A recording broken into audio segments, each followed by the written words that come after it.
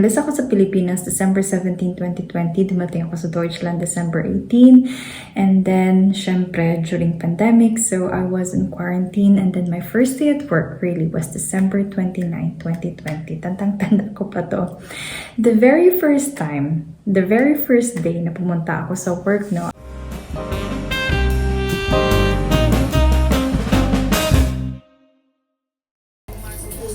Hi, I'm currently in Espresso House and I'm having some coffee before my shift starts today. No, I'm on Spätschicht. And when I was ordering, naisip ko kanina, bakit takot na takot ako, lalo na nung umpisa. Like, the same lessons na you learn during Sprach course, no, it would be the same thing na gagamitin mo pag nandito ka na, especially on the daily basis. Halimbawa, pupunta ka sa coffee shop, mag-order ka. Diba, we have learned sa B1, B2, ich möchte gerne oder ich hätte gerne, ganyan. It will be the same thing na gagamitin mo dito. As well as when we learn how to write emails, yun pa din naman yung gagamitin natin, kumbaga, when we are writing emails sa doktor, trying to communicate kung ano yung nararamdaman ng bewohner or ng residents if you will be working sa senior homes. But sometimes, no, yung angst mo na makipag-usap ng Deutsch is greater than the Sprache itself. I'm saying it kasi now I'm realizing it na parang dati takot na takot ako makipag-usap sa someone kasi nga feeling ko pagtatawanan ako or mali-mali yung sasabihin ko. Just practice it, really. Like, one of you have commented dun sa vlog ko, no, na parang, I really like the metaphor that she used, na parang kanta. Hindi mo masasaulo ang kanta kung hindi mo ipapractice. So, same goes with language, same goes with Deutsch. Hindi ka maging komportable or hindi mo ma-overcome yung angst mo kung umpisa pa lang takot ka na. So, you have to overcome it. So, today, when I ordered halimbawa, my matcha, normally I just go with matcha or chai latte. So I said, ich hätte gerne bitte einmal Matcha Latte. Ich möchte gerne mit Hafermilch. And then she would normally ask, außerdem oder was noch? Then I added some carrot muffin. So you see, technically it was a simple conversation, no? But minsan, yung angst mo na magsalita, yun yung hindi nakakatulong sa atin. And also, what I wanted to say is, we have to overcome yung perfectionism sa head natin. Sure, hindi tayo yung ganun ka fluent compared if we speak Tagalog, we speak English, no? And yung emotions natin, kumbaga sa pagsasalita, it's different pag nagsasalita tayo sa Deutsch. But you have to remove that perfectionism in your head na dapat tama yung grammar mo, etc. Kasi really, especially on your first year, parang it's really hard to achieve that na tama na dapat yung yung grammar mo kasi there's a lot of things going on sa sa brain natin. Like, one is you are hearing it, you're listening to it. Second, yung word is kino-comprehend pa ng brain cells mo. Ano nga yung meaning nun? Ganon. So, don't put too much pressure, kumbaga. Just try our best na magsalita ng Deutsch. Knock on knock, mas magiging komportable tayo at mas magiging better tayo sa pagsasalita ng Deutsch. Yun lang, just one simple realization that I had today. Kasi nung umpisa talaga gaya mo, takot na takot ako, ayoko magsalita, girl. Hanggang yung parang, di ba, I've shared na sa mga tips ko before, parang you have to, parang kailangan mong mabuhusan ng malamig na tubig, ganun. Go to a supermarket, dun sa mga meat shop, ganyan, no, para talaga makipag-usap ka. Kahit mag-isa ka, girl, wala kang kasama Pilipino para mas, kung nahihiya ka, na may magtawa, mapagtawanan ka. Go to a coffee shop, mag-order ka ng sarili mong coffee. Go to a restaurant, ganyan.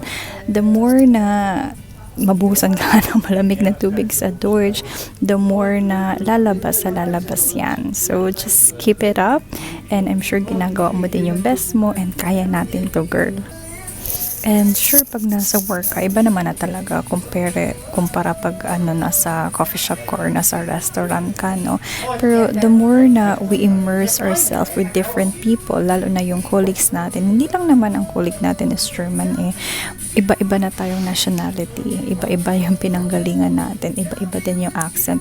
But the more na your first week, first month, lalo na, it's more on like parang nakikinig ka lang kasi parang tinatry mo i-grasp yung mga words or verbs na naririnig mo, no? Tapos i-comprehend pa nga ng utak mo kung ano yung meaning ng mga words na yun. So, don't feel bad if hindi ka pa kasali sa usapan kasi part talaga yun. Until pag nare-recognize ng brain mo yung different accents nila, no, mas makakasabay ka na at mas makakapag-usap ka na, mas makakapagkwentuhan ka na din sa kanila. Pero just keep the patience. Learning a language is really a skill. Hindi siya yung automatic, but it really takes time. Pero the more that you hold on to it, no, na ano ka lang, learn ka lang, immerse mo lang ang language, it would be better and you will be more comfortable sa language. Promise. Now, back at home. Done ako sa Spätschicht ko today, Spätschicht. Now, if I can relate to you, no, yung very first day ko sa work dito sa back. So, umalis ako sa Pilipinas December 17, 2020. Dumating ako sa Deutschland December 18. And then, syempre, during pandemic, so I was in quarantine. And then my first day at work really was December 29, 2020. Tandang-tanda ko pa to. The very first day na pumunta ako sa work, no, I was on a Frudins. So, I start around, so that was around 6 a.m., no? So, paglapag ko ng bag, biglang nagklingil yung bewohner or yung resident, tapos nahirapan daw huminga. So, dadalhin sa Krankenhaus, ganyan. So, nagsuka siya, etc. ganyan. So, takbo kami lahat, no? Sa Seymour niya, ganyan. Tapos sabi ng kuligin ko, wala pa ng bigrusong girl, wala pa ng introduction or whatever, ganyan na agad yung nadatnan ko. Sabi ng kuligin ko, kuha ka doon ng Kopfkissen Bezug. Hindi ko nga alam kung saan yung lager ako. Kasi first day nga, diba? Dali-dali naman ako. Tapos, nahanap ko naman kung asan yung lager ako kasi maybe lang daw ng bureau. Tapos, mali yung nakuha ko, girl. Imbes na Kopfkissen Bezug, ang nakuha ko, Kopfkissen. Kasi ang alam ko lang dati is Kopfkissen. Kopfkissen, diba, is pillow. Ang pinapakuha niya pala is Bezug. Hindi pa naaral ni ate girl yun, chat. That's why I say, first day mo sa work, no? Pagbago ka, lalo na sa station, whatever, kung nasaan ka man, sa senior homes or whatever, kabisaduhin mo na lahat ng terms of Deutsch para para hindi ka mahirapan. Mas madali kasi pag alam mo yung mga terms. Another thing, huwag kang mahihiya magtanong. Kung meron kang new words na hindi pa alam, no? Or ngayon mo pa lang na-encounter ganyan. Halimbawa, ang nakaraan, no?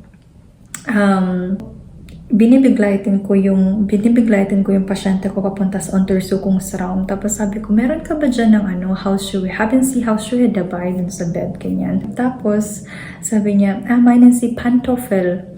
Hindi ko na naman alam kung ano yung Pantoffel. Tapos sabi ko, wie sagt man das auf Deutsch? Wie heißt das doch mal bitte? Pantoffel, ach so, ist es wie Kartoffel, oder? So, tawa na lang kami. Kailangan mong gawing light in yung situation. Huwag mo nang pahirapan kumbaga yung sarili mo. Pag nakipag-usap ka sa pasyente, sa bewohner, ganyan. Use halimbawa sa hospital, no? Pag first round mo, ikaw mapapakilala. Hi, ich bin Schwester Odyssey. Ich bin zuständig für Sie heute. Ako yung responsible sa'yo today, ganyan. Usually, ang common question sa akin would be, ang ganda naman ng pangalan mo, saan galing yung pangalan na yan? So, dapat ready ulit si ate girl.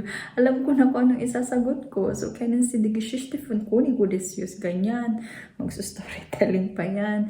So, you have to be prepared about it. Don't also put drama or don't take it personal, no? Halimbawa, it's common for us to be asked na, since si Auszubildende, meaning ka ba, anerkan ka ba, nurse ka ba talaga or nag-aaral ka pa lang?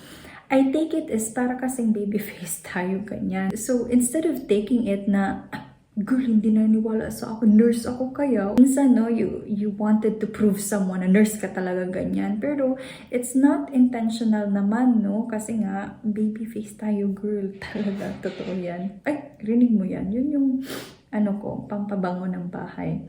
So, what I'm saying is that pag may pasyente ka or bewohner ka na nagtanong na Auszubildende ka ba or Krankenschwester na talaga, don't take it personal. Acknowledge it na baby face kasi tayo. Ja, ich habe mein Abschluss gemacht in Philippinen. Ja, ich bin Krankenschwester von Beruf in Philippinen, aber hier muss ich auch Anerkennung machen. Para alam nila. One time pa, no, one time pa, no, sabi ng colleague ko, ilang taon ka na? Sabi ko, Aktien ja real. Charot. Sabi niya, das darf doch nicht wahr sein. Sabi ko, Doc, binibiro ko ganyan. Tapos, gullible naman to. Sabi niya, hindi yan totoo kasi natapos mo yung Abschluss mo ng ganitong age. Tapos, sabi mo, nag-work ka na sa senior homes, nag-work ka na sa ortho station. Dapat hindi ka 18 years old. Sabi ko, tas Farmer's Pass. So, and then you would meet different people, pasyente, resident, colleague, whatever, na na iba yung approach, ganyan. Don't take it personally. Huwag mong papansinin yun, no? Just stick kung ano yung pangarap mo. I'm sure gusto mo mag-abroad kasi may reason ka. May it be, gusto mo mag-ipon, gusto mo maging nurse, gusto mo, in fact, mag-abroad lang. Stick to it. Regardless kung ano yung sasabihin ng iba, regardless kung ano yung sinasabi mo sa isip mo na feeling mo pagtatawanan ka ng iba, huwag mong papansinin yun. Fighter ka lang, aral ka, fighter, ganyan. And then, girl, maging komportable ka lang sa language. Sa umpisa lang, lahat sa amin dito mga Pilipino, walang makakapagsabi na hindi kami nahirapan sa Dutch sa umpisa. Pero knock on knock, really it will be better. So, yun lang. It's very spontaneous vlog. Wala akong script or whatever. But I hope it gives you And then, ito pa pala. Alam mo yung... And then, yung first month, syempre, ganyan, nasakay ka sa bus, nasakay ka sa train, no? Tapos naririnig mo na, girl, para ka lang na nag-her first stain ka, para kang naka-proof. Tinatry mong i-describe and tinatry mong i-comprehend yung mga naririnig mo na, oh my God, naintindihan ko na, ay, ganito pala yung word na yun, ganyan. Halimbawa, sakay ka sa train, this is fart ended here. Basta sa ulo mo na yun, girl. Or, Ausstieg nach links. Ganun. Nakaka-amaze. Ako, yung feeling ko is nakaka-amaze. Lalo na yung first month ko na, ay, ito na pala yung real world. Ito na pala yung mga pinag-aralan ko during Sprach course. Ganyan. I want you to take it like that rather than, ano ba naman to? Twitch na naman. Girl. Kasama yan sa buhay. So, yun lang yung gusto kong i-share. Sorry, nakalimutan kong i-end yung vlog. But I just wanted to show you kung how was it as well nung very first day and very first month ko dito. How does it feel? Lalo na pag andito ka na sa real world. So, ayun lang. Thank you so much. Mwah! Para sa isang pangarap. Ay, char! Ang ganda, no? Ay! Bye! Mwah! Ciao, kakao!